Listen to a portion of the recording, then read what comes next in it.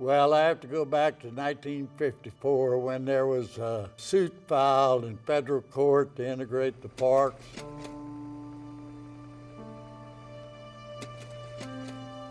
We were very concerned what was going to happen.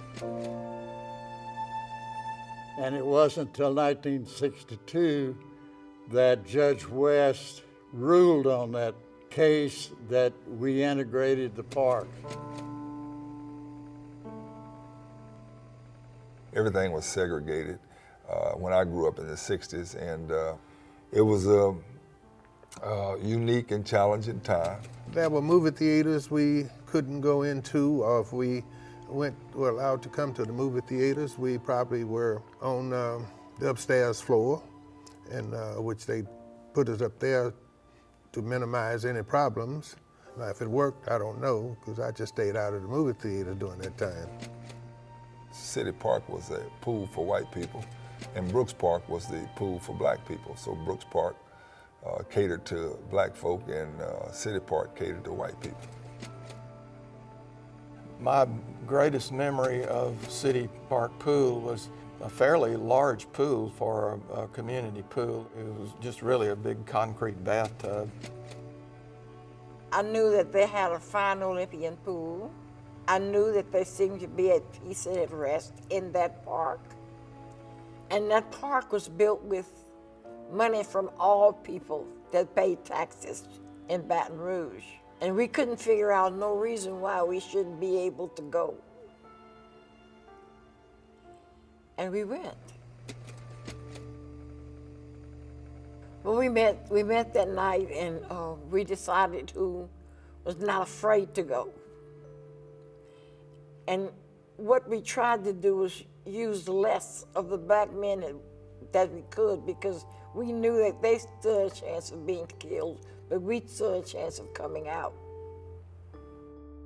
It was in the media, it was on TV, and in the newspaper, Morning Advocate and Times-Picayune. I remember my parents talking about the fact that integration was on its way because this brave young black woman took it upon herself to integrate the swimming pool at Baton Rouge City Park. We got to the door of the area where you change your clothes, and when we got there, they had this young white boy standing in front of it so that you couldn't get in.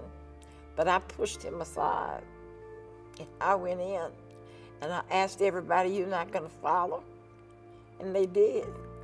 They followed. And what's happened after that?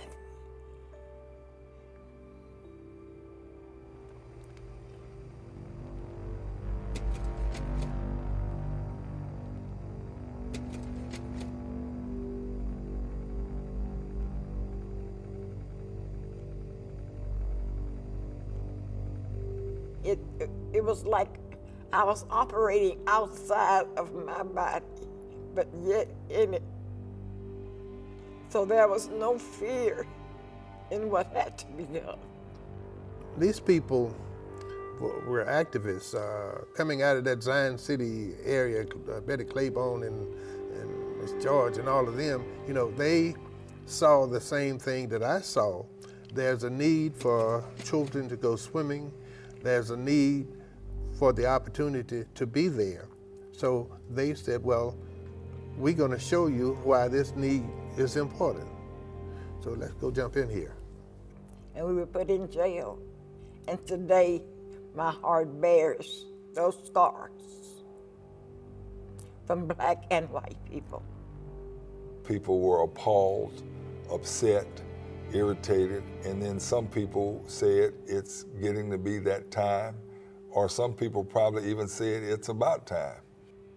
What I wanted to see was hearts broken and minds changed. It gave a lot of African American people some bit of confidence, but it also gave some African American people some bit of uneasiness. The same thing played out, I'm sure, in the white community. I've talked to Betty Claiborne and some of the other people who were involved in the bus issues and the pool and other things like that. And I have a great appreciation for that. At the time, I just didn't, I guess I didn't realize the importance of it.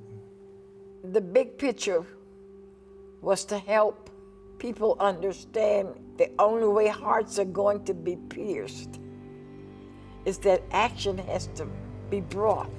Black and white folk getting together, it was a low point probably as a community. And so, you know, we're moving forward and looking ahead to better and greater things. Better and greater things. For BREC, that's exactly what the 70s brought. Progress, expansion, new facilities, land acquisitions, and major improvements all around the system. With all that going on, the entire country was starting to take notice. So what happened next?